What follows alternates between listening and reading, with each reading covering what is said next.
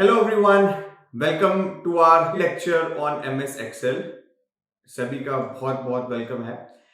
हमने previous session में, अगर आपको याद होगा, हमने बात किया था एक्सेल एज ए सॉफ्टवेयर क्या करता है एंड स्प्रेडशीट ऑपरेशंस के बारे में हम बात कर रहे हैं। तो हमने बेसिकली एक वर्क अराउंड देखा।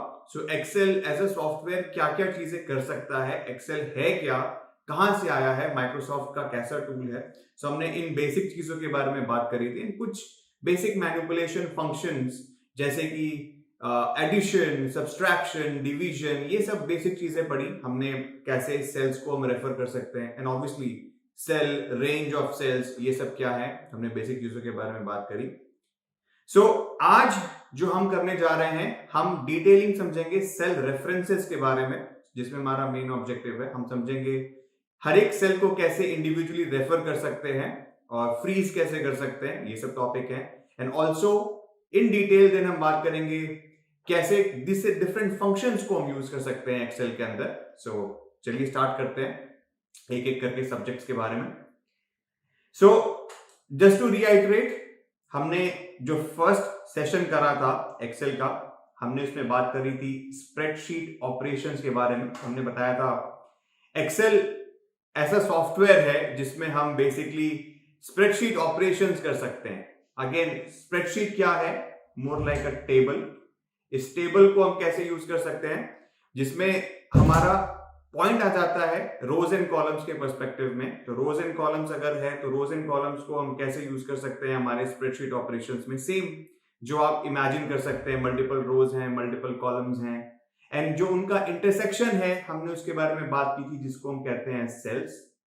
पर्टिकुलर रोज या कॉलम्स का जो ऑप्शन है, जो कॉम्बिनेशन ऑफ कोऑर्डिनेट आया, जिसको कि हम रेफर कर रहे हैं सेल्स पे। एंड जब हम स्प्रेडशीट ऑपरेशंस कह रहे हैं तो बेसिकली इन सेल्स के ऊपर हम कुछ ऑपरेशंस परफॉर्म कर रहे हैं, जैसे कि हो गया प्लस, माइनस, या फिर मल्टीप्लिकेशन, या फिर डिवीजन। ऑल ऑफ दीज जो हमारे ऑप्शंस हैं, जो हम मैथमेटिकल ऑपरेशंस परफॉर्म कर रहे हैं, जो भी जिस भी तरीके का ऑपरेशन स्प्रेडशीट के ऊपर, वो हमारी हो गई स्प्रेडशीट ऑपरेशन। देन हमने बात की थी एक्सेल ऑल्टरनेटिव्स के बारे में। तो because Excel is a paid software जो कि माइक्रोसॉफ्ट के authorised software bundle office suite के अंदर आता है, जिसके अंदर और भी सॉफ्टवेयर जैसे कि Microsoft power point, Microsoft word, ये सारे भी ऑप्शंस आते हैं अपने पास। एक्सेल उसी एमएस स्वीट का एक पार्ट है, एमएस ऑफिस स्वीट का एक पार्ट है, जो ऐसे हमें बंडल की तरह मिलता है। बट एक्सेल के अलावा भी हमारे पास कुछ ऑप्शंस हैं जो कि हम एक्सप्लोर कर सकते हैं। हमने बात की थी गूगल शीट्स की।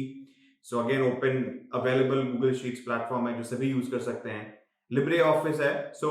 ये कुछ ऑल्टरनेटिव्स हैं जो हमने बात करी थी। Obviously again at the end of the day tool है। हर एक टूल की प्रोज एंड कॉन्स रहती है, जो हम यूज करके अपने आप एक्सप्लोर कर सकते हैं।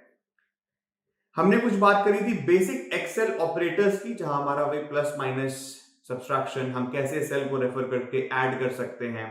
बिकॉज अगर मेरे पास मल्टीपल ऑब्जेक्ट्स है और सब में सेम ही टास्क परफॉर्म करना है, तो मैनुअली थोड़ा डिफिकल्ट हो जाएगा, बिकॉज वो एड अप करेगा टाइम को। करेक्ट। मैनुअली सेम चीज को बार बार करने से वो टाइम टेकिंग कंजम्पशन हो जाता है, जो कि हमें एक्सेल में वो बेनिफिट मिलती है। हमने क्या देखा था, हमने एक सेल में ऑपरेशन परफॉर्म करी जहां पे वी एडेड अप 2 सेल्स, जहां पे अमाउंट और इंटरेस्ट की हम बात कर रहे थे। हमने क्रिएट किया टोटल अमाउंट जो हमें वापस मिलेगा। हमने एक सेल में एक्शन परफॉर्म किया था एंड सबको उसको ड्रैग एंड ड्रॉप कर दिया था, सिंपल कॉपी पेस्ट। जो फॉर्मूला था, फॉर्मूला क्या था, B3 + C2 something like that, and वो पूरे हर एक कस्टमर के लिए कॉपी हो गया। हमने बेसिक फॉर्मूला लिखा एक सेल के लिए, वो सब पे कॉपी हो जाए, जो भी हमारा बेसिक एक्सेल को ऑपरेटर्स के अंदर। ये हमारी बेनिफिट है, जिसके हम बोलते हैं स्प्रेडशीट ऑपरेशन। हम इसको कॉपी पेस्ट कर सकते हैं और सिमिलर फॉर्मूला ऑटोमेटिकली सारे के सारे कस्टमर्स के लिए, रोज के लिए अप्लाई हो जाता है। फिर हमने बात करी थी सॉर्टिंग एंड फिल्टरिंग के ऑप्शंस के बारे में। फिल्टरिंग का हमने देखा था, सॉर्टिंग का हमने ऑप्शन देखा था। डेटा टैब के अंदर हमें ऑप्शन दिखता है सॉर्टिंग एंड फिल्टरिंग का। सिंपल है। अगेन, जो भी हमारी रिक्वायरमेंट है, फिल्टर करना है तो सिंपल हमें चेकबॉक्स के थ्रू भी फिल्टर कर सकते हैं, और हम कुछ कस्टम फिल्टर भी कर सकते हैं, ग्रेटर दैन, इक्वल दैन, और इक्वल टू, बिटवीन। ये सारे फिल्टर्स के ऑप्शंस हमें मिल जाते हैं फिल्टर्स के अंदर। सिमिलरली सॉर्टिंग की अगर बात करें, सॉर्टिंग ग्रेटर देन, या फिर हमें असेंडिंग ऑर्डर में करना है, डिसेंडिंग ऑर्डर में करना है, तो ये सारी ऑप्शंस हमने ऑलरेडी एक्सप्लोर करी है हमारे फर्स्ट लेक्चर में ऑन एक्सेल। तो मैं अगर क्विकली समराइज कर दूं कि हम क्या पढ़ने वाले हैं इस लेक्चर में, तो हम बात करेंगे सेल रेफरेंसेस के बारे में, और इसी सेल रेफरेंसेस के लिए हम इंट्रोड्यूस करेंगे कुछ बिग डेटा, जिस प्रॉब्लम्स को हम सॉल्व करेंगे ऑन सेल रेफरेंसेस। देन हम बात करेंगे कि एक्सेल में फंक्शंस को लिखते कैसे हैं, एंड एट लास्ट हम बात करेंगे कुछ टेक्स्ट फंक्शंस के बारे में। ये हमने ऑलरेडी देखा हुआ है पहले भी। सेल रेफरेंसिंग बेसिकली क्या है? सेल सबसे पहले क्या है? Cell nothing but it is an intersection between a row and a column. तो रो एंड अ कॉलम हमारे टेबल में क्या है आप देख सकते हैं। यहां पे मेरे पास कॉलम ए है, कॉलम बी है, कॉलम सी है, कॉलम डी है। तो ये 4 कॉलम्स हो गए मेरे पास, जो कि वर्टिकल आइडेंटिटी है। एंड रोज क्या हुए? ये रो 1 है, ये रो 2 है, 3 है, 4 है, ये सारे मेरे पास रो की आइडेंटिटी है। सो कॉलम्स एंड रोज मिला के हमें बन रही है स्प्रेडशीट, करेक्ट। एंड इनका जो इंटरसेक्शन है, पर्टिकुलर रो पर्टिकुलर कॉलम की जो वैल्यू हुई, उस इंटरसेक्शन को हम बोल रहे हैं सेल। अब सपोज फॉर एग्जांपल मैं रेफर करना चाहता हूं कॉलम बी की 3rd रो को, कॉलम बी की 3rd रो को, जो कि ये है, इसका इंटरसेक्शन क्या हुआ अगर आप देखेंगे तो ये B3। तो B3 जो सेल है वो सेल रेफरेंस हुई बी कॉलम और 3rd रो की। So it is like an address for a cell, more like an intersection coordinate point for my entire spreadsheet. Or if a cell falls under a column A and a row 10, then उसकी referencing कैसी होगी? A10 की होगी, because मैं column A की बात कर रहा हूं and row 10 की बात कर रहा हूं. So A10 is my cell referencing. It's more like an address for a particular cell, जो कि हमने already देखा हुआ है। तो एक काम करते हैं, एक क्विकली एक्सेल पे सेम रिवाइज कर लेते हैं जो हमने सेम प्रॉब्लम सॉल्व करी थी फॉर अमाउंट इंटरेस्ट। सो एक बार रेफर करके इक्वल टू ऑपरेटर का यूज करके हम एड्रेस को यूज करते हैं, एंड देन उस पर एक बेसिक एक्सरसाइज कर लेते हैं। करेक्ट। ये जो एक्सेल फाइल है हमारे पास, आप देख सकते हैं यहाँ पे, ये बेसिक एक्सेल फाइल है जो कि हम यूज करना चाहते हैं। हमारे पास नंबर है, डिपॉजिटेड अमाउंट है, एंड अमाउंट है। तो बेसिकली ये है क्या? नंबर बेसिकली डिनोट कर रहा है हमारे इंडिविजुअल कस्टमर्स को, कस्टमर 1 2 3 4। एंड डिपॉजिटेड आपको दिख रहा होगा ऊपर में, अमाउंट डिपॉजिटेड। सो ये हमारा अमाउंट डिपॉजिटेड है फॉर ईच कस्टमर। एंड जो 3rd कॉलम है सी, वो है इंटरेस्ट अमाउंट, टोटल इंटरेस्ट हमें कितना मिल रहा है। एंड फाइनली मुझे टोटल अकाउंट में कितने अमाउंट मिल रहे हैं। तो ये सिंपल फॉर्मूला अगर आपको याद होगा, अगर मैं टोटल अमाउंट की बात करूं, total amount is nothing but जो मेरा अमाउंट डिपॉजिटेड है प्लस उस पे मुझे इंटरेस्ट कितना मिला, करेक्ट, यही है ना। तो अगर मुझे इसको पता करना हुआ टोटल अमाउंट कितना है, तो this deposited amount plus my interest amount, या तो मैं मैन्युअली भी कर सकता हूं इसको। 26,239 जो है ये मेरी अमाउंट की वैल्यू है। ये एक रो के लिए या 5 या 10 के लिए तो पॉसिबल है मैन्युअली करना, बट क्या हजारों हजार के लिए पॉसिबल है? बिल्कुल पॉसिबल नहीं है, बहुत टाइम कंज्यूमिंग है। इसी के लिए हम सेल रेफरेंसिंग को स्प्रेडशीट ऑपरेशन में यूज कर सकते हैं। सेल रेफरेंसिंग क्या हुआ? अभी आप अगर देखेंगे, ये जो B2 की वैल्यू है अमाउंट डिपॉजिटेड, ये हो गई इस सेल की एड्रेस B2। सिमिलरली जो 1754 की वैल्यू है वो हो गई C2। तो हमें जो एक्शन परफॉर्म करना है वो basically B2 plus C2 perform करना है। तो B2 को एज एन एड्रेस यूज करने के लिए जब हम B2 लिखें तो ये इस वैल्यू को रेफर करे, जब हम C2 लिखें तो ये इस 1754 को रेफर करे। ये कैसे पॉसिबल होता है? सेल रेफरेंसिंग कैसे होती है?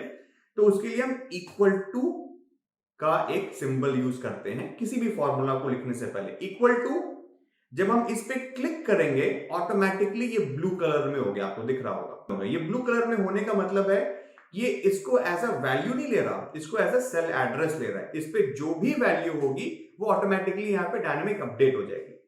सो अब ये सही है, equal to B2 plus same C2। C2 लिखने की मैं C2 लिख भी सकता हूं, ये भी पॉसिबल है, मैं इस पे क्लिक भी कर सकता हूं।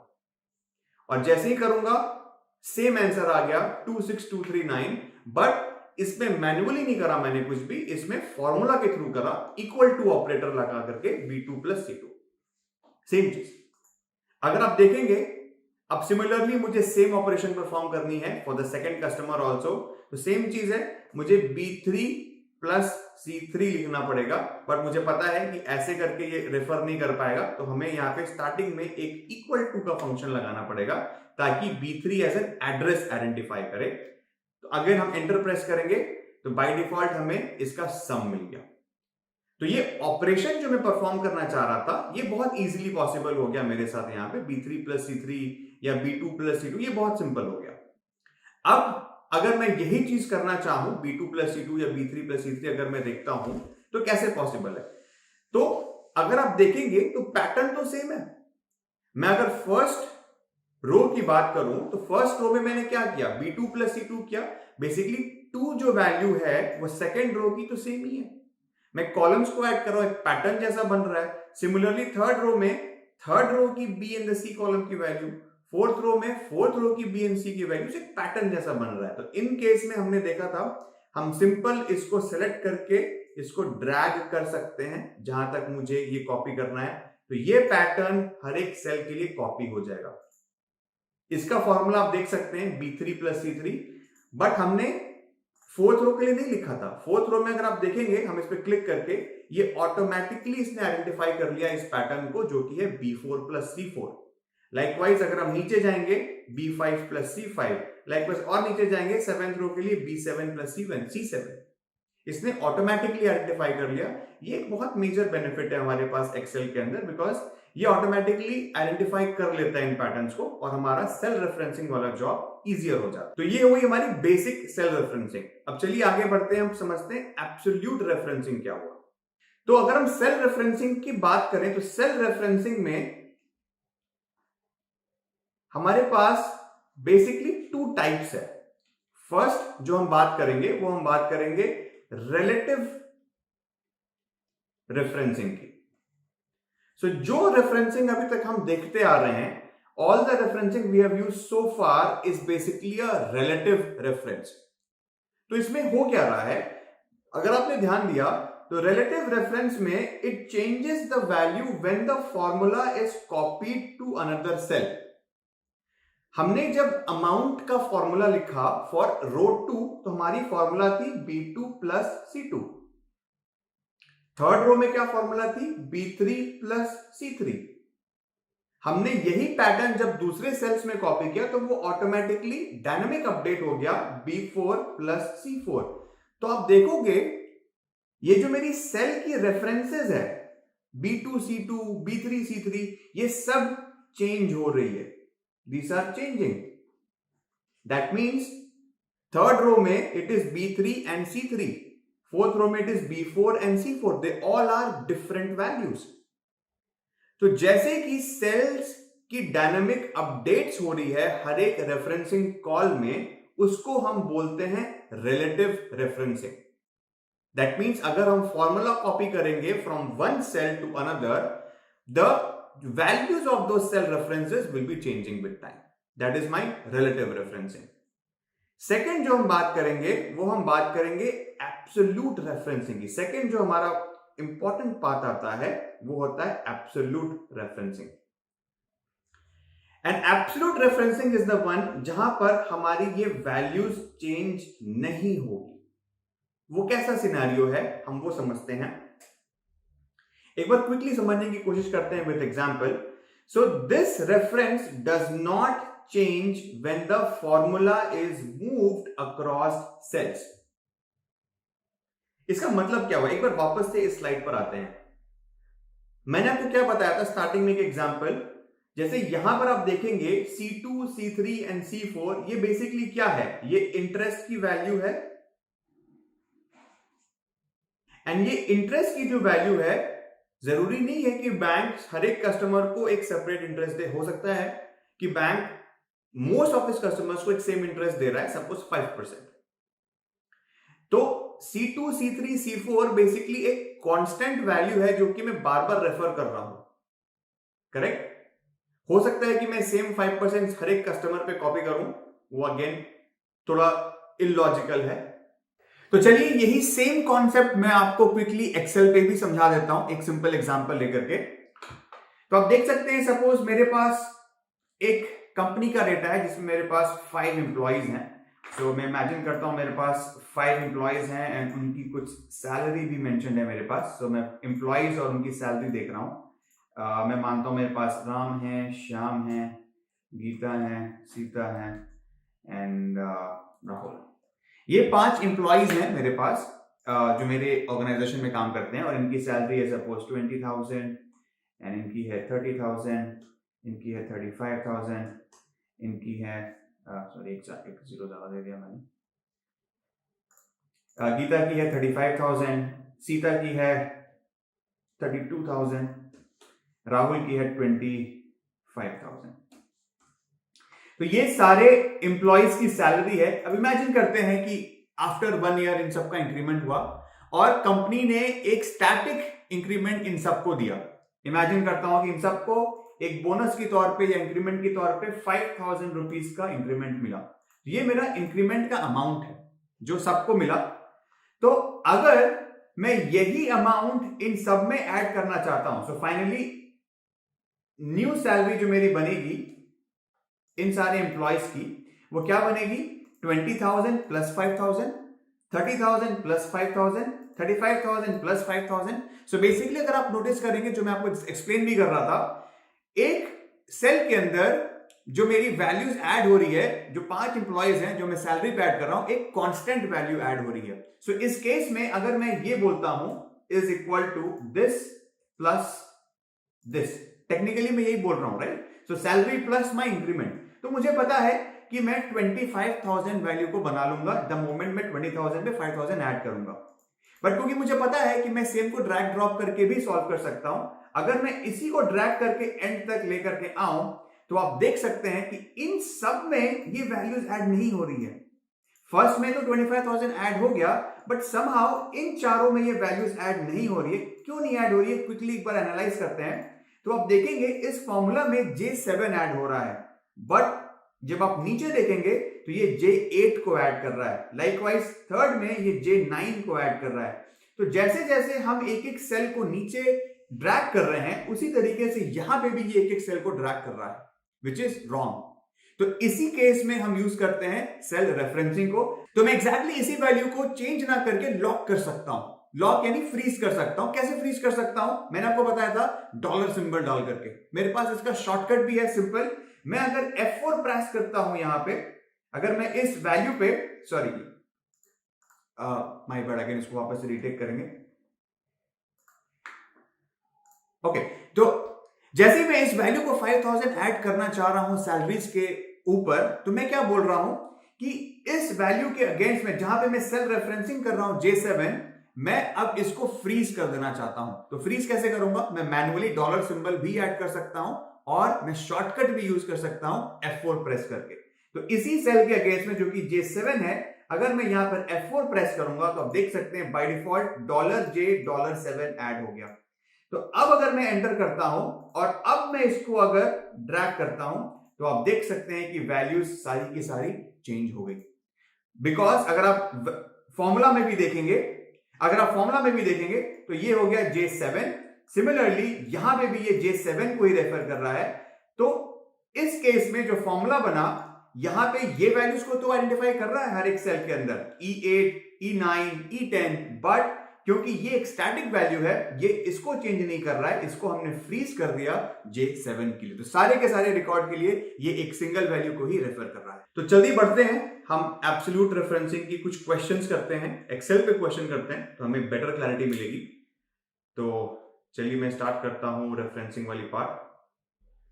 तो ये है हमारी एक्सरसाइज जो हम करेंगे फॉर एब्सोल्यूट रेफरेंसिंग प्रॉब्लम। तो जैसे कि आप अभी स्क्रीन पे देख पा रहे हैं, मेरे पास मल्टीपल डिपॉजिटेड अमाउंट है, सेम प्रॉब्लम स्टेटमेंट है। मेरे पास कस्टमर्स हैं, कस्टमर 1 2 3 4 करके, एंड मेरे पास डिपॉजिटेड अमाउंट है, मल्टीपल डिपॉजिटेड अमाउंट है।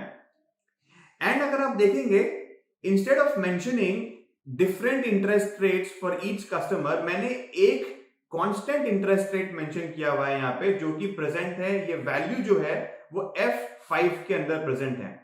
यही है ना 3.5% जो कि मैंने लिखा हुआ है। आप इस सेल की एड्रेस यहां देख सकते हैं, F5 है, एंड उसको मैं यूज करना चाह रहा हूं एज अ फिगर जो कि मुझे हेल्प करे identifying the interest amount for each customer. तो अगर आप देखेंगे एज यूजुअल हमें पता है, आपको मैं पहले प्रॉब्लम दिखाता हूं। अगर मैं इसको मल्टीप्लाई करूं डिपॉजिटेड अमाउंट को इंटरेस्ट रेट से, है ना, ये क्या है, deposited amount this multiplied by interest rate, यही करना है ना मुझे। ये मुझे निकल के आ गई 856 रुपीज 0.975 पैसे। ये मेरी कस्टमर 1 की मेरी इंटरेस्ट अमाउंट है। सिमिलरली अगर मुझे कस्टमर 2 का भी इंटरेस्ट अमाउंट पता करना है तो मैं क्या करूंगा, 20931 this multiplied by interest rate. तो अगर आप देखोगे अभी इस केस में मैं क्या कर रहा हूं, इस केस की फॉर्मूला क्या है, B3 मल्टीप्लाइड बाय F5, और इस केस की क्या है, B2 multiplied by F5, and F5 इस केस में कॉमन है। अब कोशिश करते हैं कि मैं अगर इसी को कॉपी करके नीचे कर दूं, देखो क्या हुआ, आपको दिख रहा है, ये फॉर्मूला अपडेट हो गया B4 मल्टीप्लाइड बाय F6, ये फॉर्मूला अपडेट हो गया B5 multiplied by F7। So basically ये रो में भी ऐड कर रहा है जो लास्ट टाइम भी हो रहा था। अगर मैं सिंपल कॉपी पेस्ट करूंगा तो ये रो की वैल्यू तो डायनेमिकली अपडेट कर ही रहा है, उसके साथ साथ ये मेरी इंटरेस्ट की भी वैल्यू को डायनेमिकली अपडेट कर रहा है। F7 F8 ये गलत सेल को रेफर कर रहा है, ये मुझे नहीं करना। मैं चाहता हूं कि ये रो को तो चेंज करे बट इस F5 को चेंज ना करे। हमने देखा है कैसे कर सकते हैं इसको। हम क्या करेंगे, इसके पीछे एक सिंपल डॉलर ऑपरेटर लगाएंगे। कैसे, अभी मैनुअली करते हैं। हमने क्या करना है, सिंपल शिफ्ट दबा के डॉलर की वैल्यू ऐड करनी है, F के पहले भी और 5 के पहले भी। अभी पहले समझते हैं, हमने 2 डॉलर की सिंबल्स ऐड करी, एक तो F के पहले भी ऐड करी और दूसरा 5 के पहले भी ऐड करी। सिंपल अभी मैंने कीबोर्ड से टाइप किया है F4 एंड F5, एंटर करते हैं इसको। अभी आप देखेंगे इस दोनों के फॉर्मूला में चेंजेस है। जैसे रो नंबर 3 अगर आप देखेंगे तो ये B3 मल्टीप्लाइड बाई F5 है, बट यही अगर आप ऊपर देखेंगे हमने जहां पे डॉलर ऐड किया है वो B2 मल्टीप्लाइड बाई $F$5। अब अगर मैं इस कस्टमर 1 की वैल्यू को ड्रैग करता हूं, अब इसकी वैल्यूज को आप देखो, इसके फॉर्मूलाज को देखो, आपको दिख रहा है ये B4 multiplied by same cell, interest rate 3.5%।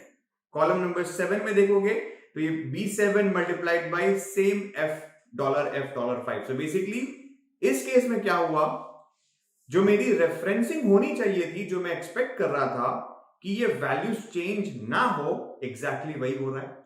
मेरी इंटरेस्ट रेट जो है सेम है 3.5% for all of my cells, मुझे यही चाहिए था, करेक्ट। तो इस केस में हम बोलते हैं कि हमने इस वैल्यू को लॉक कर दिया, हमने इसको फ्रीज कर दिया। हम चाहते हैं कि हर एक, हमें कॉपी पेस्ट भी करूं अगर फॉर्मूला तो ये चेंज ना हो।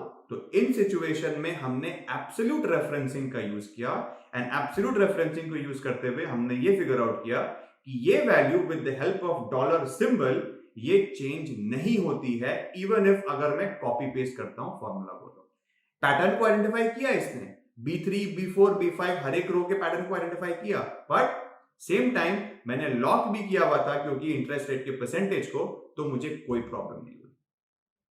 ठीक है, तो हमने सिंपल इसको कुछ नहीं करना है, हमने यहां से इसको डबल क्लिक भी करेंगे तो सारे रो में ये कॉपी हो जाएगा एज इट इज। अब आते हैं next, total amount. Total amount क्या है, टोटल अमाउंट तो हमारा सेम सिंपल है, deposited amount plus interest amount. क्या इसमें हमें लॉकिंग की जरूरत है? नहीं, इस केस में हमारे लॉकिंग की जरूरत नहीं है, बिकॉज अब तो हमारी इंटरेस्ट कैलकुलेट होगी जो कि कांस्टेंट है, बट टोटल अमाउंट तो सबकी डिफरेंट ही होगी ना। तो टोटल अमाउंट कस्टमर 1 की क्या है, कस्टमर 1 की डिपॉजिटेड प्लस कस्टमर 1 की इंटरेस्ट।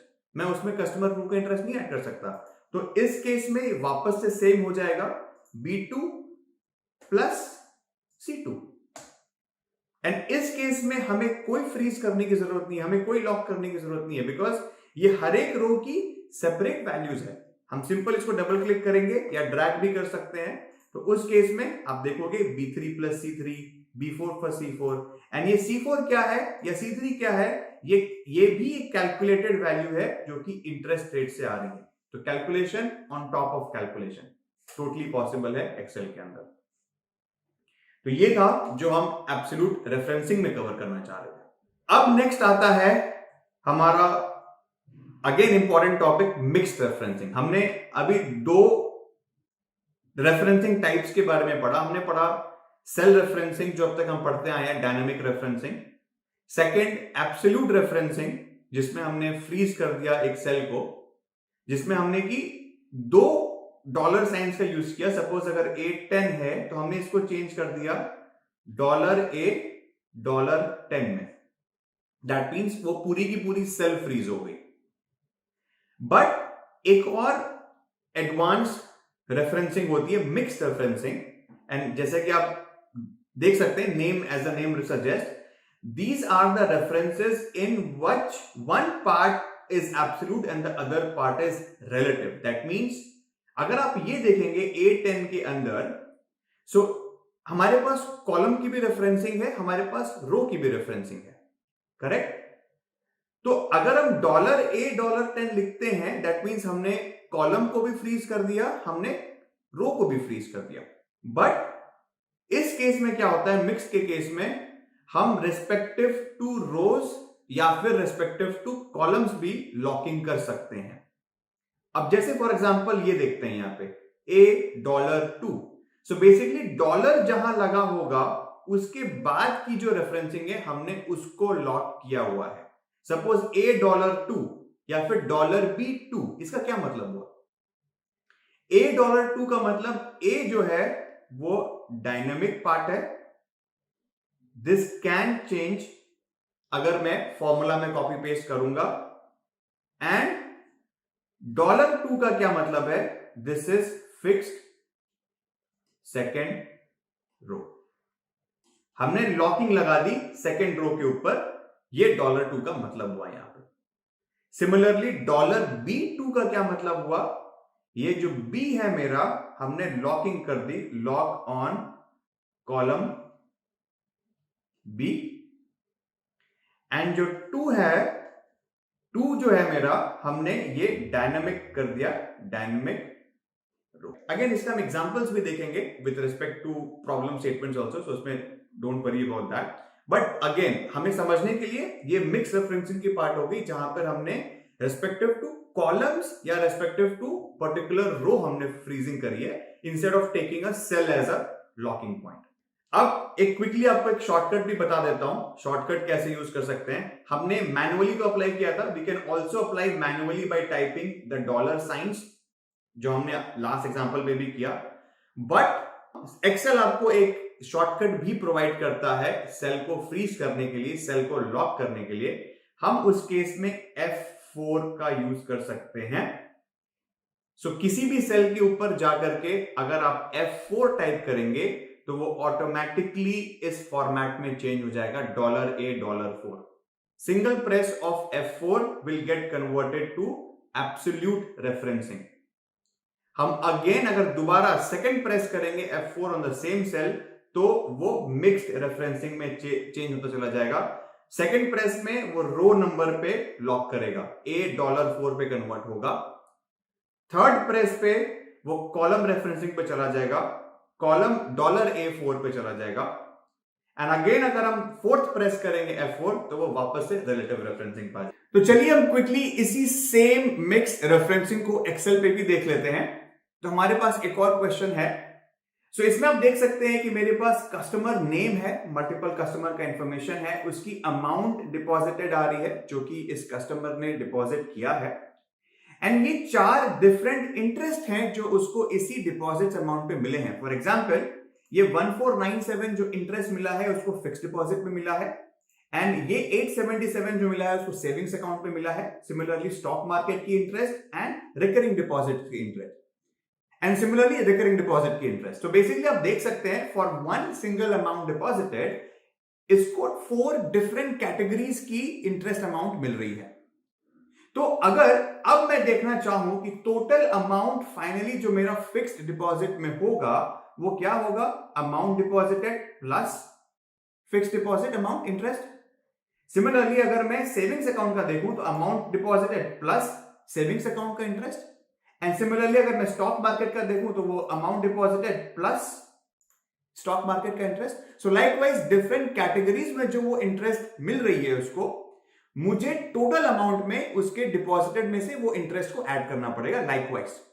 तो कैसे करूंगा, तो मुझे पता है अगर मैं मैन्युअली करना चाहूं तो मैं मैन्युअली कर सकता हूं। So total amount fix deposit का हो जाएगा मेरा B2 प्लस इंटरेस्ट जो मुझे फिक्स अमाउंट में मिला जो है C2, मैं एंटर करूंगा, मुझे टोटल अमाउंट फिक्स डिपॉजिट की मिल गई।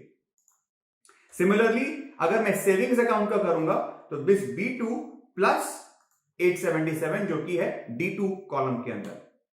नेक्स्ट अगर मुझे स्टॉक मार्केट का इंटरेस्ट देखना है तो यही सेम अमाउंट पे मैं स्टॉक मार्केट का इंटरेस्ट को ऐड करूंगा तो ये मुझे मिल जाएगा। फोर्थ इसी वैल्यू पे अमाउंट डिपॉजिटेड पे अगर मैं ऐड करना चाहूं रिकरिंग डिपॉजिट की वैल्यू तो वो हो जाएगा F2। तो ये मुझे पता चल गया हर एक डिफरेंट कैटेगरी ऑफ प्रोडक्ट के हिसाब से अगर मैं इंटरेस्ट को ऐड करूं अमाउंट डिपॉजिटेड पे तो मैं 1 बाय 1 करके ऐड कर सकता हूं इसको।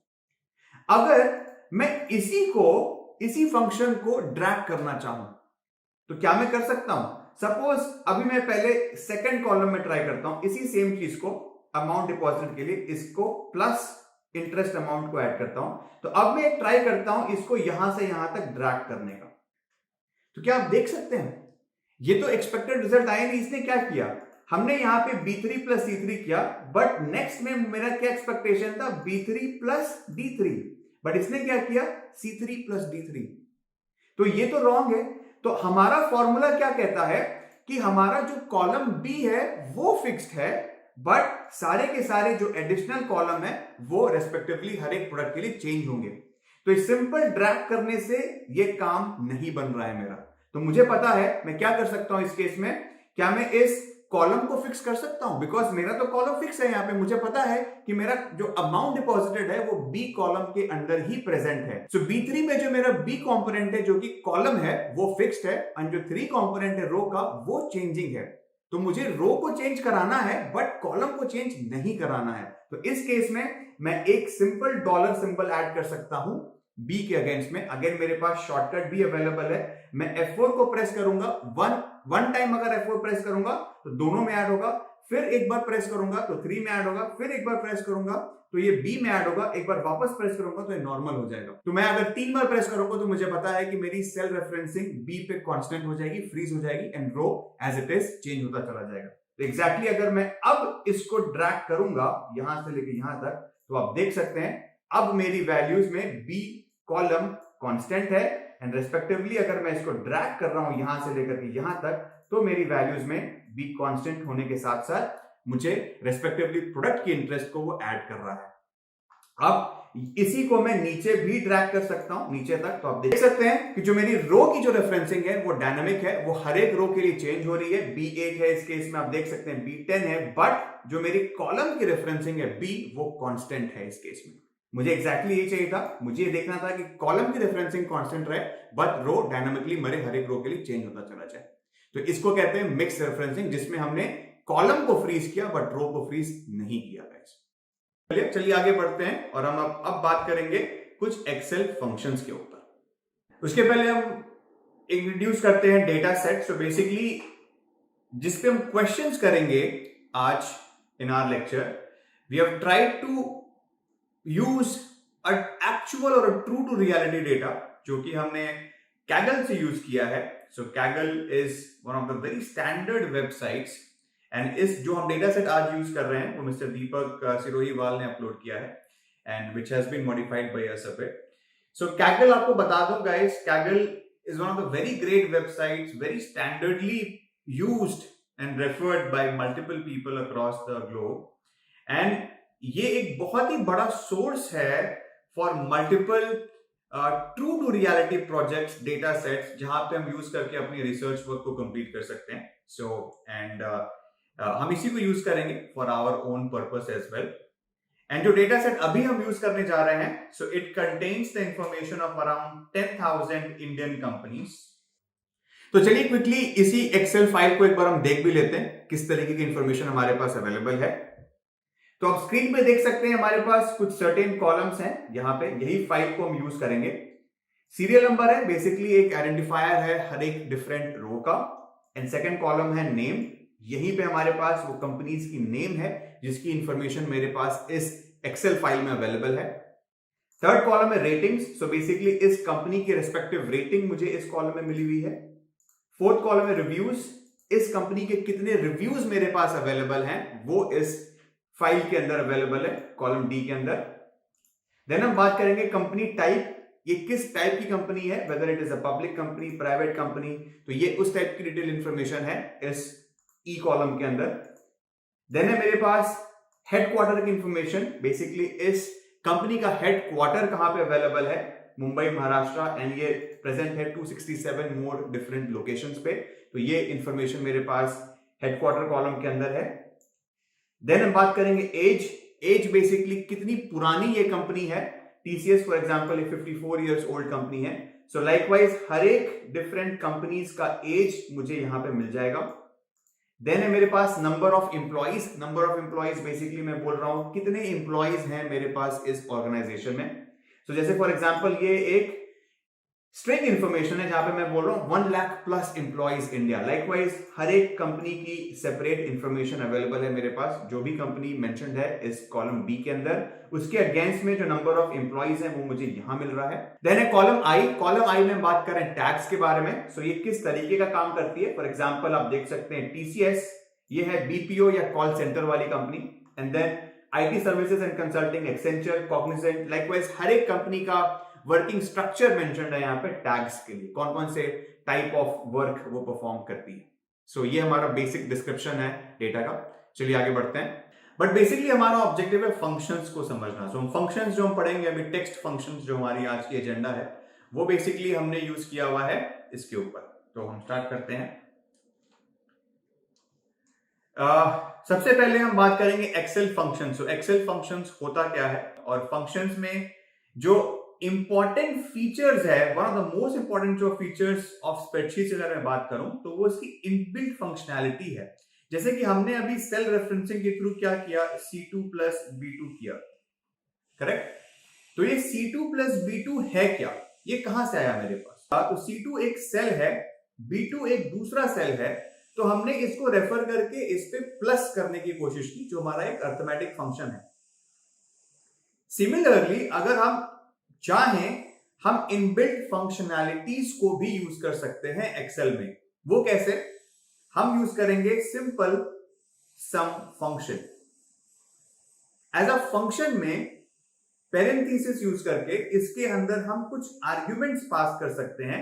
इन केस में हमारे पास C2 और B2 जो है, जिसको मैं सम करना चाहता हूं, वो एक आर्ग्यूमेंट की तरह पास होगा। तो हम क्या लिखेंगे, equal to sum as a function, and then we will pass C2, B2। ये एग्जैक्टली सेम है इस टास्क से।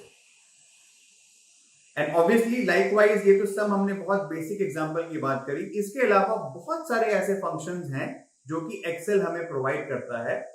सो हर एक फंक्शन का एक स्पेसिफिक टास्क है जो कि हम एक्चुअली इस वीडियो में समझेंगे, और उसको हम कैसे यूज करते हैं, क्या पर्पस है, that will be our objective. And also जो हमें एक दिमाग में रखना पड़ेगा, जो भी फंक्शन है उसका एक सिंटेक्स होगा। सिंटेक्स मतलब जो भी हम फंक्शन लिखेंगे उसके अंदर हम कुछ आर्ग्यूमेंट्स, कुछ वैल्यू पास कर सकते हैं। बेसिकली फंक्शन कुछ इवैल्यूएशन करेगा, कुछ कैलकुलेशन करेगा बैकग्राउंड पे, एंड उसका एक रिजल्ट आएगा जो कि हम कंज्यूम करेंगे, करेक्ट। तो हम उसमें वैल्यूज को या कोई भी लॉजिक को कैसे पास करेंगे वो डिपेंड करेगा हर एक फंक्शन के इंडिविजुअल यूजेज पे। एंड हर एक फंक्शन का एक रेस्पेक्टिव सिंटेक्स है जो कि हमारी ऑब्जेक्टिव है, हम उसी को पढ़ेंगे इसमें। So will try to take few important text related function, तो टेक्स्ट के कुछ फंक्शंस को पढ़ेंगे इस वीडियो में, एंड रेस्पेक्टिवली उसके सिंटेक्स को समझेंगे। सिंटेक्स मतलब उस फंक्शन के अंदर हम वैल्यूज को कैसे पास कर सकते हैं, ये ऑब्जेक्टिव। तो चलिए बढ़ते हैं अब नेक्स्ट फंक्शन की तरफ, जो हमारा फर्स्ट अपर फंक्शन है, आप देख सकते हैं स्क्रीन पे। So upper one of the text functions है, एज सिंपल एज दैट, आपको नाम से भी समझ में आ रहा होगा। Simple, upper as a function है जो कि मेरे टेक्स्ट को अपर केस में कन्वर्ट करता है। सिंटेक्स क्या है, सेम इक्वल टू ऑपरेटर के थ्रू ही यूज करेंगे इसको हम। Instead of calling equal to से B2 प्लस C2 जो अब तक हम जो करते आए हैं, इस केस में हम इक्वल टू लिख के upper as a text type करेंगे तो अपर फंक्शन लिख सकते हैं। एंड अपर फंक्शन एक पैरेंथेसिस ओपन होती है एंड यहां पे हम टेक्स्ट पास कर सकते हैं। इस टेक्स्ट में सपोज मैं अगर अपना नाम टाइप करूं अर्पित, मैं लिख सकता हूं। ऑब्वियसली अर्पित एक टेक्स्ट है तो कोट्स के अंदर जाएगा। या फिर सपोज अर्पित किसी B2 सेल के ऊपर भी प्रेजेंट है तो मैं इसको सिंपल अपर B2 भी यहां पे पास कर सकता हूं, इवन दैट विल वर्क। तो इसका आउटपुट क्या होगा, it is going to convert my name which is in lower case to upper case. तो इसका रिजल्ट क्या आएगा, ARPIT। सो लोअर केस से ये सिंपल अपर केस में कन्वर्ट हो गया। ठीक है, सिंपल है, नथिंग वेरी फैंसी। तो एक काम करते हैं, जो सेम डेटा सेट की जो मैं बात बोल रहा था आपको from Kaggle which we have taken, so let's try to open that Excel sheet and we'll quickly see कि हम कैसे उसमें एक प्रॉब्लम को सॉल्व भी कर सकते हैं। जैसे हमने एक एक्सरसाइज भी लिखा हुआ है इसमें, so we're trying to convert एक कंपनी नेम करके कॉलम है उसमें सारे के सारे डेटा वैल्यूज को जो कंपनी नेम कॉलम्स के अंदर हैं उसको अपर केस में कन्वर्ट करना है। ओके, आप अपने स्क्रीन पे देख सकते हैं। मेरे पास ये फाइल है जो कि मैं इसके अंदर आपको दिखा दूं। मेरे पास सीरियल नंबर है, नेम ऑफ द ऑर्गेनाइजेशन है, rating, reviews, company name, company type, headquarters, तो ये सब कॉलम्स प्रेजेंट है मेरे पास, राइट। तो मैं क्या करना चाहता हूं, ये जो कंपनी नेम है मैं इसको अपर केस में कन्वर्ट करना चाहता हूं। यहीं पे एक नया कॉलम क्रिएट कर देते हैं। कैसे क्रिएट करेंगे, आप C पे क्लिक करोगे अपने कॉलम पे, राइट क्लिक करके आपको इंसर्ट का ऑप्शन दिखाई देगा। हमने क्या किया, C पे गए, B पे भी कर सकते हैं, C पे भी कर सकते हैं, बट क्या होता है, एक इंसर्ट कर सकते हैं कॉलम, राइट क्लिक करके इंसर्ट किया तो इसके पहले एक कॉलम इंसर्ट हो जाएगी। तो हमने एक नया कॉलम इंसर्ट कर दिया। अब हम इसका नाम दे देते हैं अपर केस नेम। अब मैं क्या बोल रहा हूं, मुझे इन सब नेम्स का अपर केस चाहिए। तो मैंने क्या बोला, function equal to and upper type करेंगे UPPER। बट जैसे ही मैंने UPP टाइप किया आपको ऑलरेडी एक सजेशन बॉक्स में अपर दिख रहा होगा, है ना। मैं सिंपल टैब प्रेस करके इसको सेलेक्ट भी कर सकता हूं या फिर उस पर भी डायरेक्टली क्लिक कर सकता हूं। बट अपर पे मैंने टैब प्रेस कर दिया तो मुझे ये फंक्शन ओपन हो गया अपर। आप देख सकते हैं ऑटोमेटिकली इसने पैरेंथेसिस भी ओपन कर दिया है। अब इसमें आप देखेंगे यहाँ पे एज अ फंक्शन के सजेशन में ये ऑलरेडी दिख भी रहा है कि मुझे क्या पास करना है, टेक्स्ट। मैं चाहूं तो मैं इस पे यहां पे अभी अर्पित भी पास कर सकता हूं फॉर एग्जाम्पल, एंड इसको पैरेंथेसिस से क्लोज कर दिया, एंटर करूंगा तो ये अपर केस अर्पित आ गया। बट मुझे ये नहीं चाहिए, मुझे कंपनी नेम को कन्वर्ट करना है। तो मैं कंपनी नेम की जगह, मतलब अर्पित की जगह, यहां पे मैं B2 पे क्लिक करूंगा तो ये B2 आ गया मेरा यहाँ पे, एंड इस पे मैंने एंटर कर दिया तो ये ऑब्वियसली अभी तो ये अपर केस में ही है। ये एक्सेंचर वाले केस में देख लेते हैं तो सिंपल होगा, अपर आ गया, ओपन कर दिया ब्रैकेट, हमने यहाँ पे इसको B3 पे क्लिक कर दिया, ओके। आप देख सकते हैं एक्सेंचर अपर केस में कन्वर्ट हो गई। एंड सिमिलरली इसी फंक्शन को हम डबल क्लिक करके ड्रैग कर देंगे, मुझे बार बार लिखने की जरूरत नहीं है, तो एक बार सारी की सारी कंपनी की अपर केस नेम मुझे यहां पर आ गई। अब इसके बाद आगे बढ़ते हैं हमारे नेक्स्ट फंक्शन की तरफ, लोअर फंक्शन। अब लोअर फंक्शन क्या करता है, आप देख सकते हैं लोअर फंक्शन में मेरे पास क्या है, मैं इसको कन्वर्ट करना चाहता हूं लोअर केस में। अभी मैंने क्या किया, अपर फंक्शन से अपर केस में कन्वर्ट किया। सिमिलरली लोअर केस, समझ में आ रहा होगा आपको, लोअर फंक्शन लोअर केस में कन्वर्ट करेंगे। अभी मेरे पास अज्यूमिंग सब कुछ अपर केस में प्रेजेंट है, तो इसी अपर केस को मैं अब लोअर केस में करना चाहता हूं, तो 100% पॉसिबल है। Same way, instead of using upper function अब मैं लोअर कॉल करूंगा सेम इक्वल टू ऑपरेटर के साथ। इसको एक बार क्विकली शीट पे भी देख लेते हैं। ये मेरे पास अभी अपर केस का नेम है, एक और क्रिएट कर लेते हैं यहाँ पे लोअर केस का नेम, इंसर्ट कर देते हैं यहाँ पे लोअर केस नेम, ठीक है। अब इस लोअर केस नेम में ये सारे नेम जो मेरे पास आ रहे हैं, सपोज मैं इसी को लोअर केस में कन्वर्ट करना चाहता हूं, इक्वल टू, अब मैं कॉल करूंगा लोअर, टैब दबा सकता हूं। आप देख सकते हैं जैसे ही मैंने LOW टाइप किया मेरे पास सजेशन आ रहा है लोअर का, टैब प्रेस करूंगा ऑटोमेटिकली ये यू सेलेक्ट हो जाएगा। एंड देन चाहे तो मैं इसको भी कर सकता हूं, अगर मुझे करना है तो मैं इसको भी कर सकता हूं, दोनों में से किसी को भी कर सकता हूं। एंटर, TCS लोअर केस में कन्वर्ट हो गई। आप देख सकते हैं इक्वल टू किया, डबल क्लिक, ये सारे के सारे रो में ऑटोमेटिकली लोअर केस कन्वर्ट हो गया। नेक्स्ट है हमारे पास प्रॉपर फंक्शन। अब प्रॉपर फंक्शन क्या करता है? प्रॉपर फंक्शन आप देख सकते हैं, it is going to capitalize the first letter in each word of my text value। जितने भी वर्ड्स होंगे जो हम कैमल केस भी कहते हैं, अब मैं उस पे हर एक जो फर्स्ट लेटर होगा मैं उसको कैपिटलाइज करना चाहता हूं। सपोज मेरे पास है अर्पित जैन, ये मेरा टेक्स्ट है। अगर मैं इस पे प्रॉपर फंक्शन को कॉल करूंगा, इक्वल टू प्रॉपर फंक्शन, तो इसकी रिजल्ट आएगी ARPIT, where A is caps and J is a new word, Jain is a new word, so Jain का J कैप। सो जितने भी वर्ड्स होंगे, for all of them it has to be capitalized on the first character, so A caps and J caps, ठीक है। इसका भी exercise देख लेते हैं। सो हमारे पास convert all the headquarters, so headquarters वाले कॉलम्स में देख लेते हैं एंड उसमें हमें कन्वर्ट करना है प्रॉपर केस में, ठीक है। Let's do that. आप स्क्रीन पे देख सकते हैं ये हेडक्वार्टर की कॉलम है यहाँ पे हमारे पास। तो आई थिंक ये ऑलरेडी हुआ भी है, बट ठीक है, इसको हम ट्राई कर लेते हैं, हम इंसर्ट कर लेते हैं यहाँ पे, हम इस पे प्रॉपर कर लेते हैं। आई थिंक पहले इसको लोअर केस में कन्वर्ट कर देते हैं, फिर लोअर केस में कन्वर्ट करेंगे तो वो इजी होगा, क्योंकि आपको समझ में आएगा ये ऑलरेडी प्रॉपर केस में ही है। बिकॉज आप देख सकते हैं मुंबई का M कैप्स है, महाराष्ट्र का M कैप्स है ना। तो इसको पहले एक बार एक काम करते हैं, इसको पहले हम लोअर केस में कन्वर्ट कर देते हैं एंड देन उसको करते हैं प्रॉपर में, तो आपको समझ में आएगा वो क्या हुआ।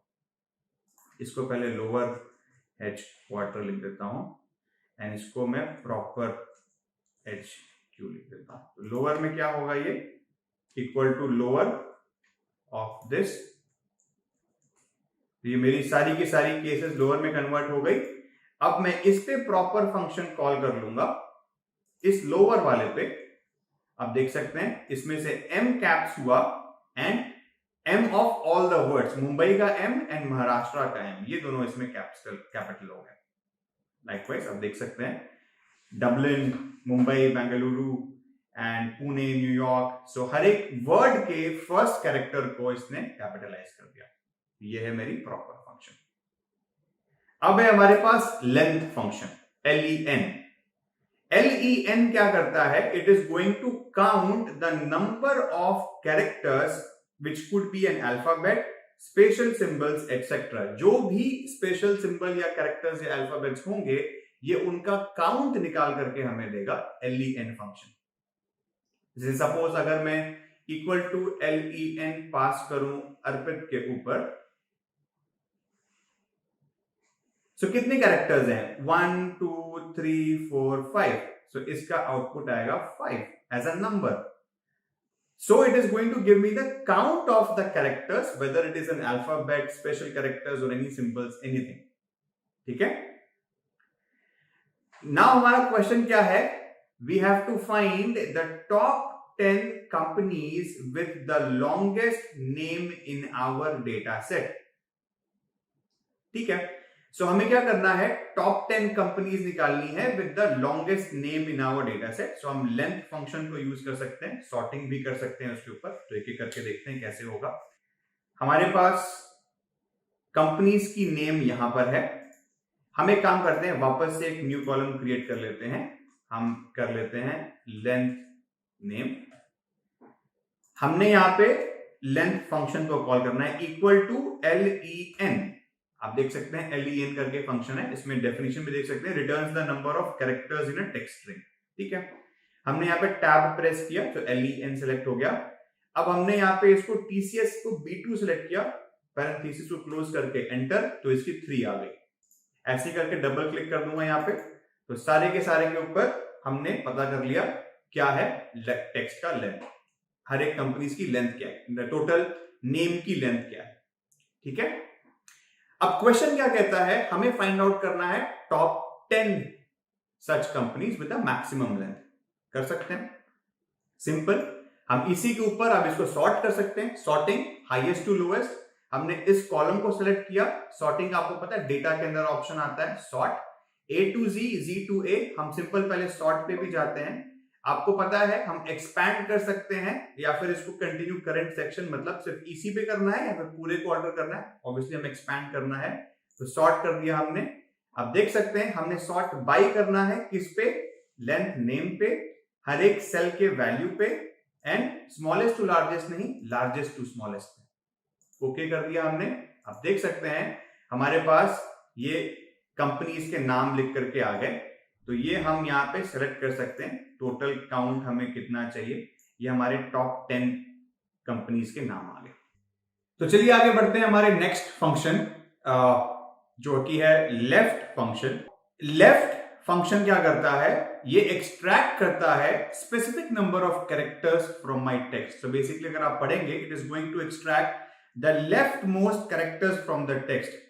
हम कोई भी टेक्स्ट हो उसमें से कोई एक स्पेसिफिक नंबर ऑफ कैरेक्टर्स अगर मैं उसमें से एक्सट्रैक्ट करना चाहता हूं तो मैं लेफ्ट फंक्शन का यूज कर सकता हूं। फॉर एग्जाम्पल, सपोज मेरा टेक्स्ट है अर्पित, मैं बोलता हूं कि मुझे लेफ्ट से 2 कैरेक्टर्स एक्सट्रैक्ट करने हैं, 2 कैरेक्टर्स फ्रॉम लेफ्ट। तो इस सिचुएशन में कौन से 2 कैरेक्टर्स हैं जो कि लेफ्ट से आ रहे हैं मेरे पास, A एंड R, राइट। सो ये AR है जो कि लेफ्ट से मुझे मिल रहा है, तो एग्जैक्टली यही AR मैं एक्सट्रैक्ट करना चाह रहा हूं जो कि पॉसिबल है लेफ्ट फंक्शन के थ्रू। तो मैं क्या लिखूंगा, इक्वल टू लेफ्ट मेरा text which is Arpit, and मुझे कितने कैरेक्टर्स चाहिए लेफ्ट से, वो है 2 कॉमा के बाद। सो ये इसका रिजल्ट आएगा AR। यही इसका सिंटेक्स भी है, लेफ्ट फंक्शन जो टेक्स्ट पास करनी है वो मैं पास करूंगा, एंड कितने नंबर्स चाहिए मुझे एक्सट्रैक्ट करके लेफ्ट साइड से, वो हम लेफ्ट फंक्शन के थ्रू यूज करेंगे। ठीक है, अभी सिमिलरली एक एक्सरसाइज भी कर लेते हैं। अब देखेंगे हमें यहाँ पे एक्सट्रैक्ट करने हैं 3 characters from all companies in the data set. ठीक है, and arranging them in the alphabetical order also, ये भी हम कर लेंगे।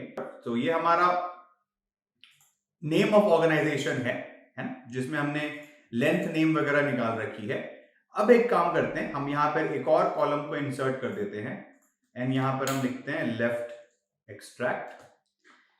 सो लेफ्ट एक्सट्रैक्ट में मुझे सारे कंपनीज के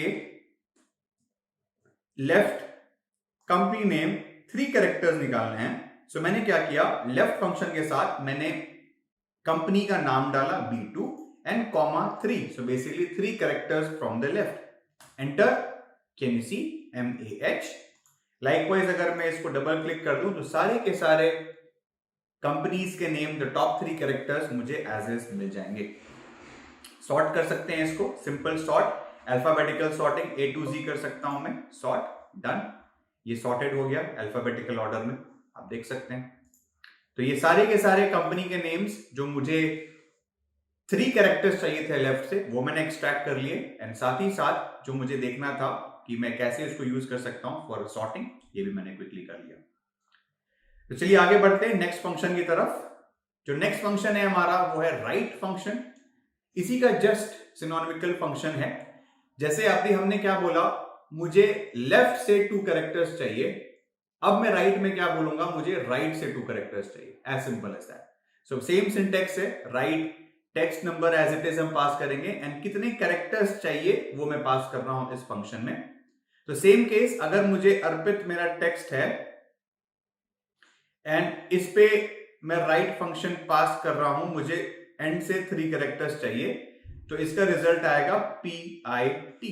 सेम क्वेश्चन यहां पर भी है। अब मैं सेम कंपनी नेम्स में से लेफ्ट एक्सट्रैक्शन ना करके राइट एक्सट्रैक्शन करूंगा, एंड उनको अल्फाबेटिकल ऑर्डर में अरेंज भी करूंगा। तो चलिए क्विकली इसको सॉल्व करते हैं। क्या पे करते हैं, हमारे पास लेफ्ट एक्सट्रैक्ट है, अब मेरे पास राइट एक्सट्रैक्ट कर देता हूं मैं।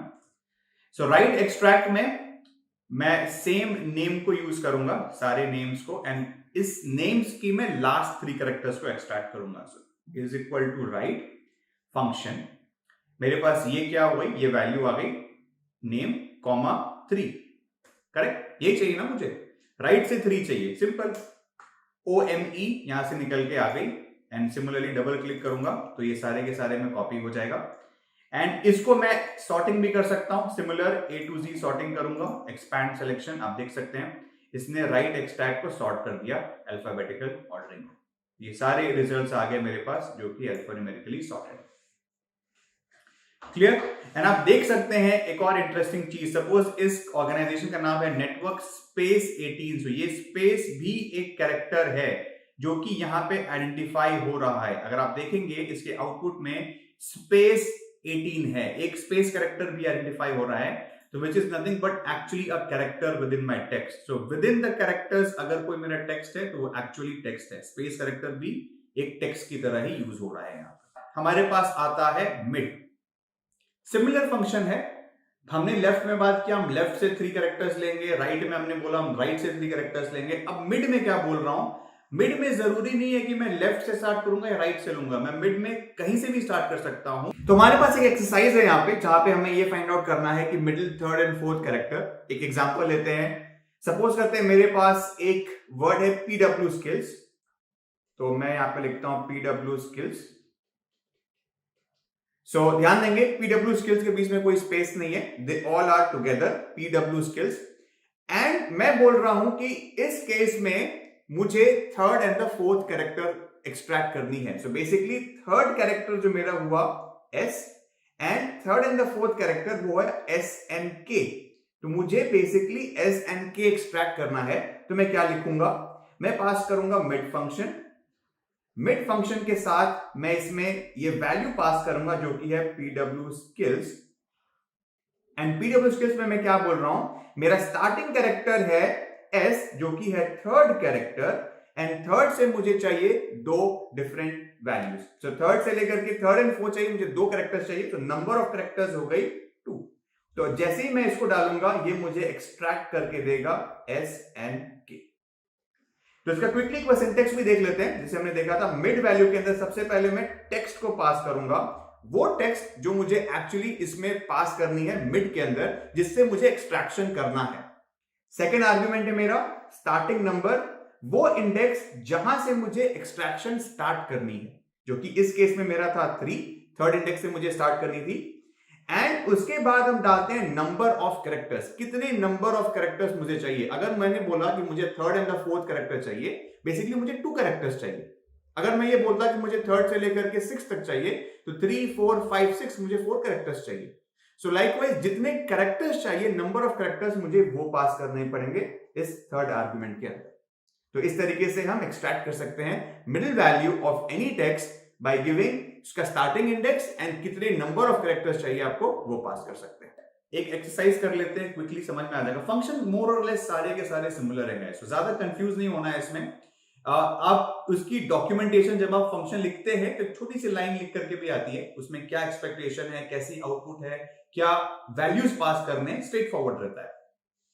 ठीक है, चलो क्विकली एक्सट्रैक्ट करते हैं। हमें एक्सट्रैक्ट करना है the middle 4 characters of all the company names starting from the third character. Same company name, या नेम है यहाँ पे, मैं यहाँ पे इंसर्ट कर देता हूं, यहाँ पे मैं लिख देता हूं mid extract. So mid extract के लिए मैंने क्या बोला, is equal to mid company का नाम starting from the third character, कितने कैरेक्टर्स चाहिए, 4 चाहिए, कॉमा दिस। तो देख सकते हैं आप, मैंने थर्ड से स्टार्ट किया, 1 2 3, T is my third character, 4 तक जाएगा तो TWOR एक्सट्रैक्ट होके आ गई मेरे पास। सिमिलरली सारे के सारे 4 characters starting from the third निकल के आ गए मेरे पास, तो ये सारी मेरी कंपनी के मिड 4 कैरेक्टर्स हैं। जो नेक्स्ट फंक्शन है मेरा वो है ट्रिम। ट्रिम क्या करता है, ट्रिम बेसिकली करता है अगर मेरे कैरेक्टर के पास जो भी मेरा टेक्स्ट है इसके स्टार्टिंग में या एंड में कोई एम्प्टी स्पेसेस, जैसे फॉर एग्जांपल अभी हमने देखा कि मेरा वर्ड था नेटवर्क 18, ये कंपनी का नाम था। आप यहां पे एक स्पेस देख सकते हैं नेटवर्क और 18 के बीच में, राइट? सो क्या ये स्पेस अनवांटेड है? No, this space is not unwanted. But imagine करिए आपके पास स्टार्टिंग में ये एक दो ब्लैंक स्पेस और एक दो लास्ट में एंड ब्लैंक स्पेसेस हैं। ये कैरेक्टर्स में होते हैं मोस्टली, ये मिसिंग वैल्यूज की तरह ले सकते हैं आप इसको, ये ऐसे ब्लैंक स्पेसेस हो सकते हैं आपके कैरेक्टर में। तो ये जो ब्लैंक स्पेसेस जो वर्ड के पहले और बाद में है, नॉट बिटवीन, ये जो बीच वाला है स्पेस, ये टेक्स्ट है, ये कैरेक्टर है। बट अगर कोई अनवांटेड स्पेस स्टार्टिंग के या एंड में मेरे पास अवेलेबल है, तो उसको हटाने के लिए हम यूज करते हैं ट्रिम फंक्शन। अगर आप इसको रीड भी करेंगे, it is removing the additional spaces before and after the text entry, as simple as that. Exactly हम ये करते हैं, है ना? तो एक बार क्विकली चेक भी कर लेते हैं। इसका कोई फंक्शन नहीं है, इसमें कोई आर्गुमेंट नहीं पास करना, सिंपल ट्रिम के साथ मुझे वो वैल्यू पास कर देनी, ये ऑटोमेटिकली वो क्लीन कर देगा उसको, additional before and after white spaces. ठीक है, सेम वे हम सेम कंपनी नेम पे इसको अप्लाई कर देते हैं और हेडक्वार्टर पे भी अप्लाई कर देते हैं ट्रिम करके। Quickly let's do that. So अभी आप देख सकते हैं मेरे पास नेम है। सो इस नेम के अंदर मैं एक और इंसर्ट कर देता हूं, ट्रिम नेम। सिंपल है, कुछ नहीं करना है मुझे, यहाँ पे इसको ट्रिम की तरह यूज करना है, ट्रिम, और मैं यहाँ पे डालूंगा कंपनी का नाम और सिंपल इसको कॉपी पेस्ट कर दूंगा। तो अगर स्टार्टिंग या एंड में कोई भी ब्लैंक स्पेसेस होगा, जरूरी नहीं है कि हो, बट अगर होगा तो वो हट जाएगा। सिमिलरली अगर मुझे हेडक्वार्टर्स में भी हटानी है, तो मैं हेडक्वार्टर पे भी एक इंसर्ट कर देता हूं यहाँ पे कॉलम, और यहाँ पे मैं लिख देता हूं हेडक्वार्टर ट्रिम, और इसको मैं कर देता हूं ट्रिम, ये वैल्यू, बस सिर्फ वैल्यू को पास कर देना है। अगर कोई अनवांटेड स्पेसिंग होगा स्टार्टिंग और एंड में, तो वो उसको बाय डिफॉल्ट डिलीट कर देगा। सिंपल फंक्शन है ये, तो बहुत ही सिंपल फंक्शन है। नेक्स्ट है हमारे पास फाइंड फंक्शन। फाइंड क्या करता है? मेरे पास कोई टेक्स्ट है और मुझे ये देखना है कि कोई पर्टिकुलर कैरेक्टर या ग्रुप ऑफ कैरेक्टर्स उस टेक्स्ट के अंदर प्रेजेंट है कि नहीं, और अगर प्रेजेंट है तो कहां पे प्रेजेंट है। फाइंड एग्जैक्टली वही करता है। फाइंड क्या करता है? It is giving you the position, basically index number, जहां पे जो अभी आपको सर्च करना है वो प्रेजेंट है आपके टेक्स्ट के अंदर। एग्जैक्टली आप देख सकते हैं, it is helping you to find and return the starting position of a text. Starting position का भी एक फंडा है। बेसिकली अब सपोज अगर आप सर्च कर रहे हैं, मेरे पास एक कोई वर्ड है, से अर्पित स्पेस जैन, ठीक है, मैं इस टेक्स्ट में से सर्च करना चाहता हूं ए कहां पे, तो ए तो दो पोजीशन पे है ना, यहां पे भी है, यहां पे भी है, करेक्ट, 1 पे भी है, 2 3 4 5 6 7 8 पे भी है, करेक्ट।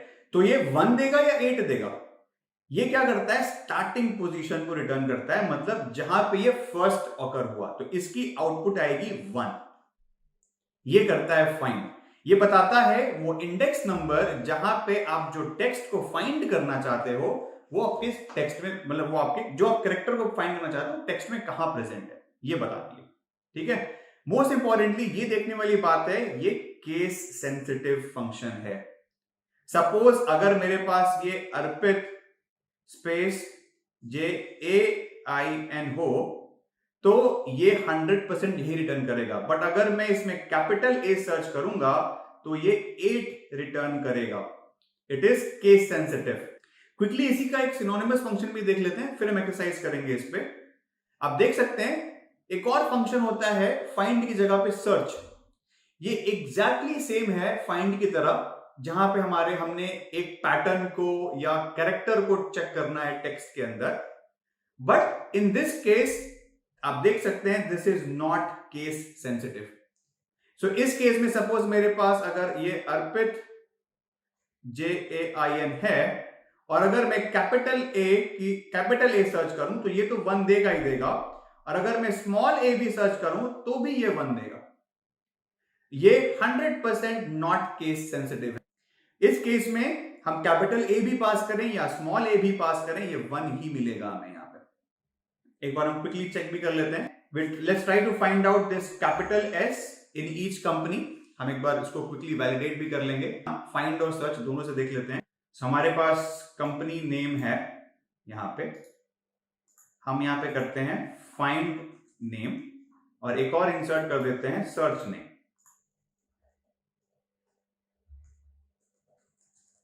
ठीक है, हमने पता चला फाइंड नेम हमने देखा केस सेंसिटिव है एंड सर्च जो है आपका केस सेंसिटिव नहीं होता है, बट काम दोनों का सेम है। सो अभी हम फाइंड करते हैं इसको। फाइंड क्या करना है हमें, हमने फाइंड टेक्स्ट, बेसिकली हमने क्या फाइंड करना है, एस फाइंड करना है और किस टेक्स्ट में फाइंड करना है, इसमें फाइंड करना है। तो ये वैल्यू निकल के आई, वैल्यू मतलब इसके अंदर ये प्रेजेंट नहीं है।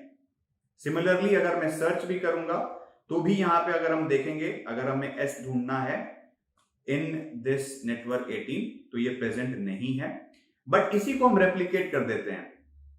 नाउ लुक एट दिस, इसको भी कर देते हैं। अब दोनों में डिफरेंसेस देखते हैं। जैसे कि आप यहां पे देख सकते हैं 1, हमारे पास कैपिटल सॉफ्टवेयर एजी में फर्स्ट कैरेक्टर जो है मेरा वो आ रहा है यहां पे 1, है ना, और सिमिलरली यहां पे सर्च में भी फर्स्ट कैरेक्टर आ रहा है 1। इसका मतलब क्या है, हमारे पास कैपिटल एस था जो कि फाइंड नेम के केस में भी 1 आया, सर्च नेम के भी केस में 1 आया, बिकॉज एनीवे हमने कैपिटल एस ही सर्च किया था। बट यहां पे देखते हैं इन 3 वैल्यूज पे हमने क्या सर्च किया था, कैपिटल एस, जो कि गो स्पीडी गो के केस में 4 and 4 दोनों पे आइडेंटिफाई हो रहा है। बट क्या आप देख सकते हैं हमारे पास एसेंट एचआर भी है जहां पे एस स्मॉल है, लोअर केस में है, तो फाइंड में इसने आइडेंटिफाई नहीं किया, बट सर्च के केस में इसने आइडेंटिफाई किया, बिकॉज ये केस सेंसिटिव नहीं है। तो जहां पे भी वो प्रेजेंट होगी उसकी फर्स्ट इंडेक्स अगर मल्टीपल प्लेसेस में है फर्स्ट इंडेक्स, अदरवाइज केस के हिसाब से वो फाइंड और सर्च में हमें प्रोवाइड करेगा रिजल्ट। ठीक है, तो चलिए हमने ये भी देख लिया फाइंड एंड सर्च। आगे बढ़ते हैं नेक्स्ट फंक्शन की तरफ। नेक्स्ट जो फंक्शन है हमारा सब्स्टिट्यूट फंक्शन है। सब्स्टिट्यूट क्या करता है, as the name suggest, substitute कर रहा हूं मैं किसी चीज को, मतलब कुछ ना कुछ रिप्लेसमेंट का टास्क कर रहा हूं। तो बेसिकली हमारे पास कोई टेक्स्ट है, एक फुल टेक्स्ट है, अब मैं क्या कर रहा हूं, इसमें से मुझे कुछ रिप्लेस करना है। सो बेसिकली मैं क्या करना चाहता हूं कि मेरे पास कोई टेक्स्ट है पर्टिकुलर कॉम्बिनेशन में, मैं उसको रिप्लेस करके किसी और चीज से हटाना चाहता हूं। जैसे फॉर एग्जांपल आपको बताता हूं, मेरे पास अगेन से सेम नेम है अर्पित जैन, मैं यहां पे पी आई को रिप्लेस करना चाहता हूं, सब CHI से अर्चित बनाना चाहता हूं इसको। सो मैं क्या बोल रहा हूं, पी आई को रिप्लेस कर दो CHI से। क्या हुआ इसका मतलब, तो फिर ये क्या बन जाएगा, ARCHIT जैन, करेक्ट। सो ये ऐसी सिचुएशंस जहां पे हमारे पास ऑलरेडी टेक्स्ट अवेलेबल है and we want to replace a particular piece of that text with something else, इस केस में हम सब्स्टिट्यूट फंक्शन का यूज करेंगे। इसका सिंटेक्स देख लेते हैं। सब्स्टिट्यूट है फंक्शन का नाम, फुल टेक्स्ट सेम जो हमें पास करनी है, जो टेक्स्ट हमें रिप्लेस करना है, इस केस में क्या रिप्लेस करना है, पी आई को रिप्लेस करना है, राइट। फिर किससे रिप्लेस करना है, रिप्लेसमेंट टेक्स्ट किससे रिप्लेस करना है, CHI से रिप्लेस करना है। तो इसका फंक्शन क्या लिखेंगे हम, सब्स्टिट्यूट अर्पित जैन फुल, कॉमा हमें क्या रिप्लेस करना है, PI, किससे रिप्लेस करना है, CHI। ये हो गई मेरी पूरी फंक्शन, सिंपल है। रिप्लेसमेंट करना है हमें सिर्फ अपने टास्क को लेकर के। चलिए क्विक एक्सरसाइज कर लेते हैं।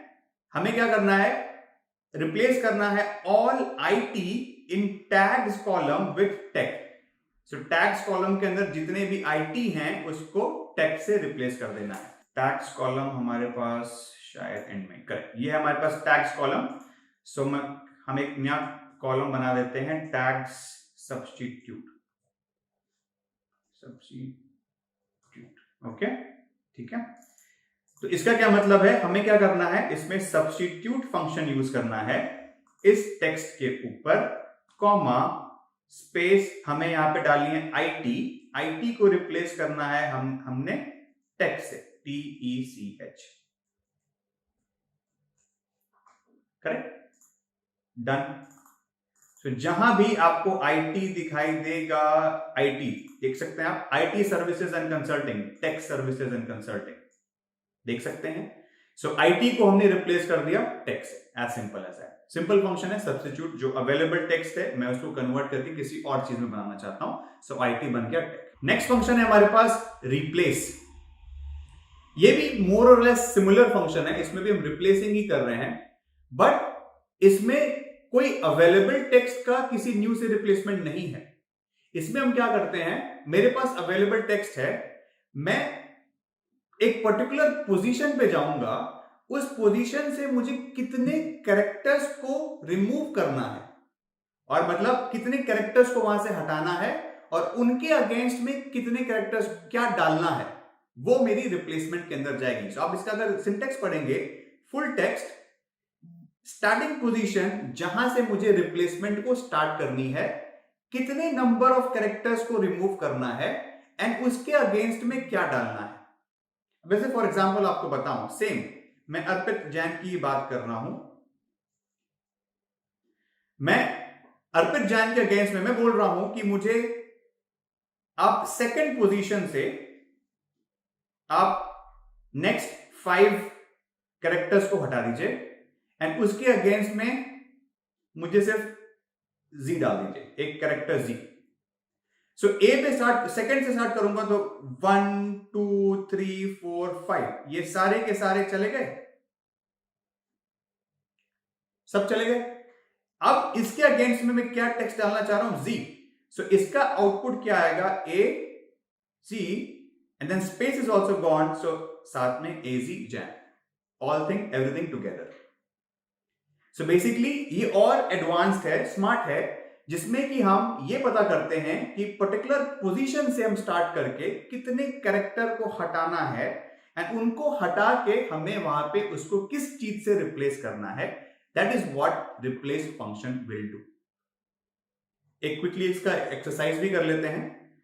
सो सेम कंपनी नेम्स में जाएंगे, जिसमें हम रिप्लेस करेंगे third and the fourth characters with PW skills. ठीक है, क्विकली करते हैं। चलिए next, let's go to our Excel. तो हमारे पास आप देख सकते हैं ये नेम कॉलम है, जिसमें वो सारी कंपनी की नेम्स आ रही है, और हमारा क्वेश्चन है कि मुझे third and the fourth character को रिप्लेस करना है पीडब्ल्यू स्किल्स के through. So we can simply use the replace function. मैं एक इंसर्ट कर देता हूं, मैं यहां पर एक कॉलम क्रिएट कर देता हूं रिप्लेस्ड नेम का, एंड इस केस में मुझे third and the fourth character को, बेसिकली 2 कैरेक्टर्स को चेंज करना है starting from the third index PW skills में। तो मैं रिप्लेस फंक्शन का यूज कर सकता हूं। रिप्लेस फंक्शन में सबसे पहले मुझे वो पास करना है वैल्यू जिसमें मुझे रिप्लेसमेंट करनी है, देन स्टार्टिंग नंबर जो कि है मेरा third, and number of characters जो मुझे रिप्लेस करने हैं वो है 2, बिकॉज थर्ड एंड फोर्थ की मैं बात कर रहा हूं, एंड मुझे किस चीज से रिप्लेस करना है वो है पीडब्ल्यू स्किल्स। तो मैं यहां पे पीडब्ल्यू स्किल्स टाइप कर दूंगा, और मैं जैसे ही एंटर करूंगा आप देख सकते हैं कि जो मेरा third and the fourth character है, बेसिकली टीसीएस के केस में सिर्फ ऐसी है थर्ड में, तो फोर्थ कुछ है ही नहीं, तो इसके बाद की सारी वैल्यू पीडब्ल्यू स्किल्स में कन्वर्ट हो गई।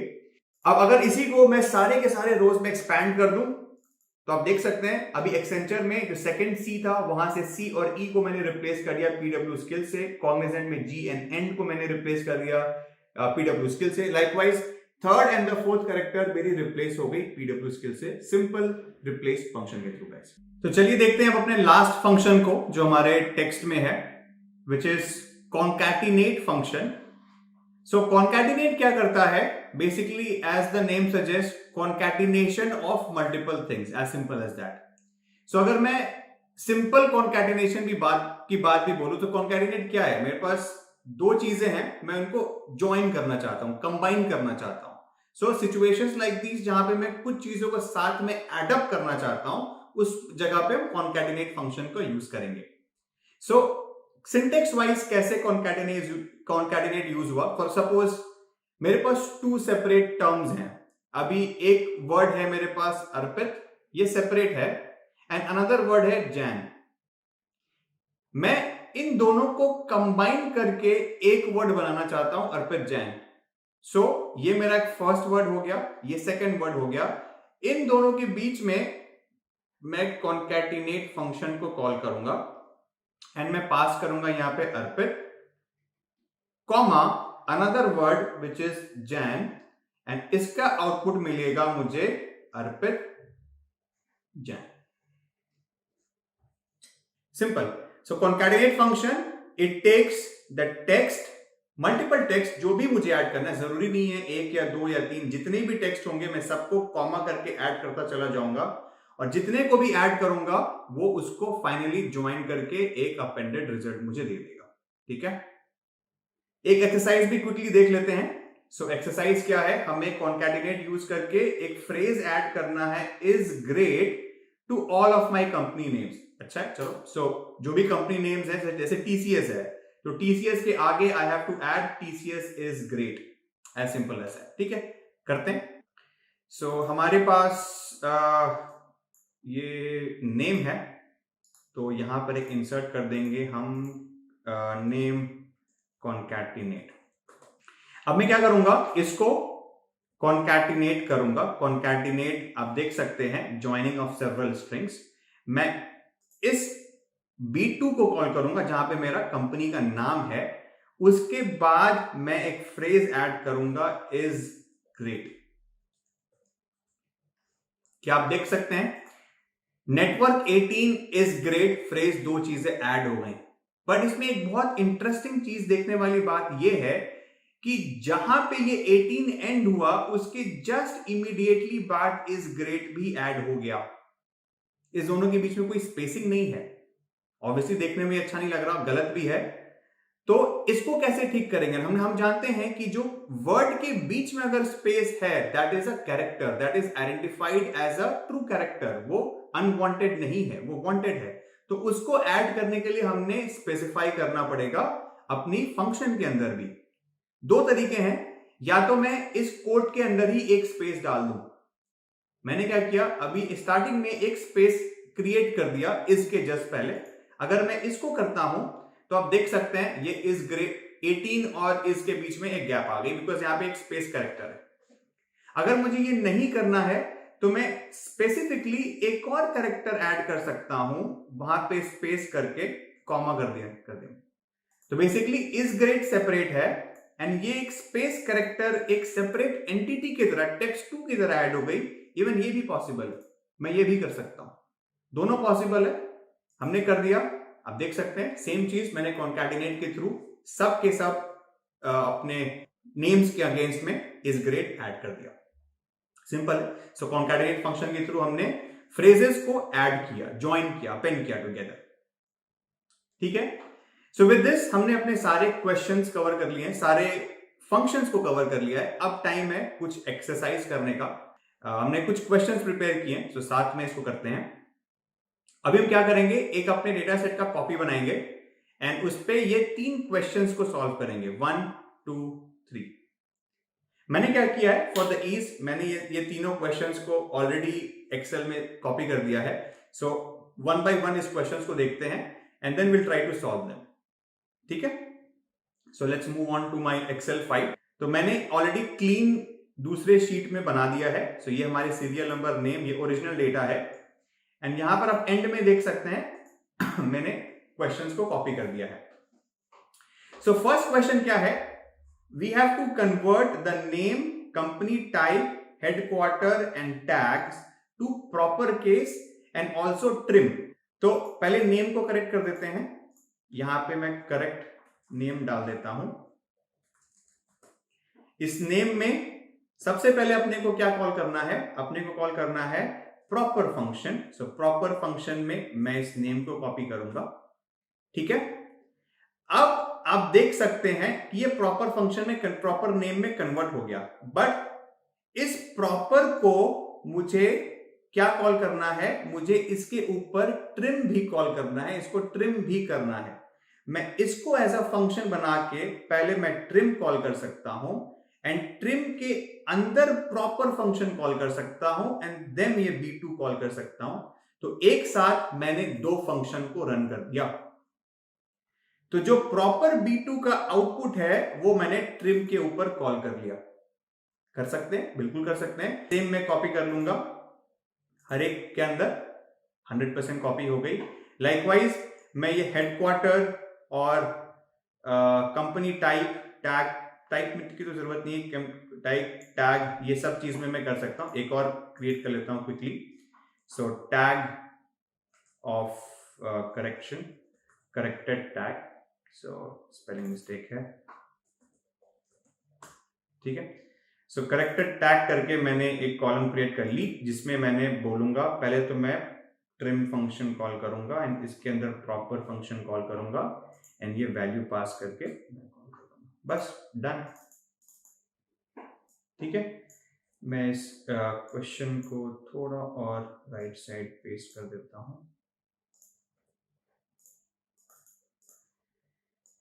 ठीक है। सो फर्स्ट क्वेश्चन डन है, this is done, simple question. हमने आप रेप्लिकेट कर सकते हैं कंपनी टाइप और हेडक्वार्टर में भी, सिंपल है। हमने ट्रिम फंक्शन के अंदर प्रॉपर फंक्शन कॉल किया हुआ है।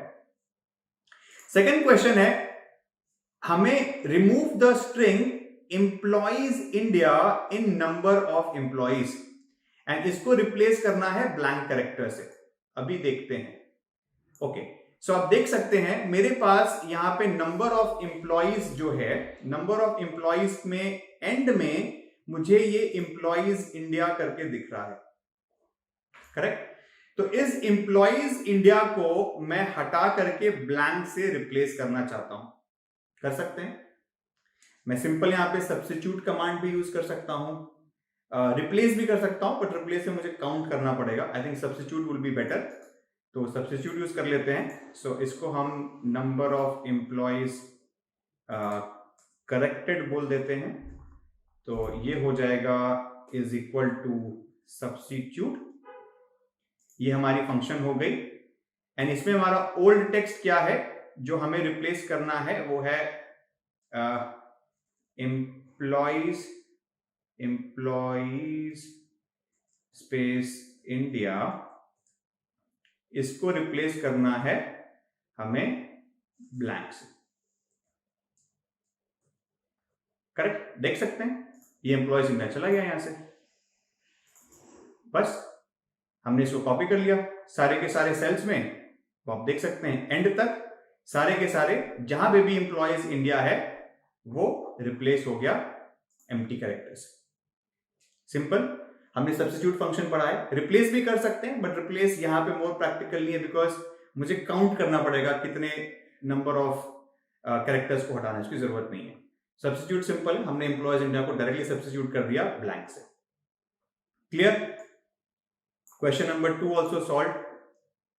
अब क्वेश्चन नंबर 3 क्या कहता है, we have to substitute the government in type company type government and we have to extract the first 3 letters of all company names। अच्छा ये दो क्वेश्चन है, पहले हम थर्ड करते हैं। सो हमें सब्स्टिट्यूट करना है government in type company type with government. एक बार देख लेते हैं। सो कंपनी टाइप में मेरे पास गवर्नमेंट भी है जो होनी चाहिए, करेक्ट, ये गवर्नमेंट है। इस गवर्नमेंट को मुझे रिप्लेस करना है GOVT से, ठीक है, सेम चीज है, कोई इशू नहीं है, कर सकते हैं। सो ये गवर्नमेंट को हम कॉपी कर लेते हैं। सो यहां पे एक न्यू कॉलम क्रिएट करते हैं ऐसे, कंपनी टाइप क्लीन, एंड इसमें हम क्या करेंगे, सेम सब्स्टिट्यूट फंक्शन को कॉल कर सकते हैं एंड सब्स्टिट्यूट फंक्शन को ये बुलाऊंगा, ये ओल्ड टेक्स्ट जो है मेरा गवर्नमेंट, इसको रिप्लेस करना है GOVT से, सिंपल है, कर दिया हमने। तो जो भी गवर्नमेंट होगा वो रिप्लेस हो जाएगा। अब नीचे एक बार चेक कर लेते हैं, गवर्नमेंट हमने नीचे देखा था, सो करेक्ट। अब गवर्नमेंट को हमने रिप्लेस कर दिया GOVT से, ठीक है, simple. Question number 3 also done. I think एक और लास्ट क्वेश्चन है, like extracting the first 3 letters of the company name, simple है, लेफ्ट फंक्शन यूज कर सकते हैं। हमने पता है एक्सट्रैक्शन अगर हमें करना है लेफ्ट साइड से तो लेफ्ट फंक्शन, राइट साइड से तो right function. So company name हमें पता है, तो यहां पे नेम एक्सट्रैक्टेड लिख देता हूं, तो यहां पे मैं कर दूंगा लेफ्ट एंड कॉल करूंगा ये वैल्यू, एंड लेफ्ट से मुझे चाहिए 3, सो बिकॉज मैंने क्या बोला, from the left first 3 characters, so left से चाहिए मुझे, करेक्ट, सो लेफ्ट से 3 टाइप कर दिया, my bad, so it should be close bracket, done.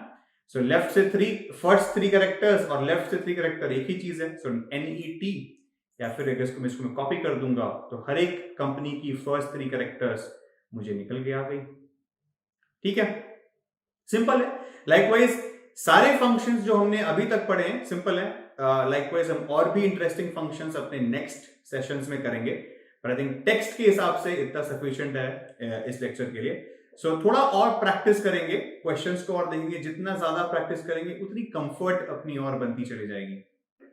कुछ सेट ऑफ और शॉर्टकट्स हैं जो मैं आपको दिखाना चाहता हूं, क्विकली गो थ्रू कर लेते हैं। सो अगेन आपको पता होगा, हम कंट्रोल F, अगर हमें कुछ फाइंड आउट करना है तो कंट्रोल F करके हम फाइंड आउट करते हैं। लाइकवाइज कंट्रोल F4 अगर हम यूज करें, F4 से हमें पता है कोई भी चीज बंद हो जाती है, क्लोज हो जाती है, राइट।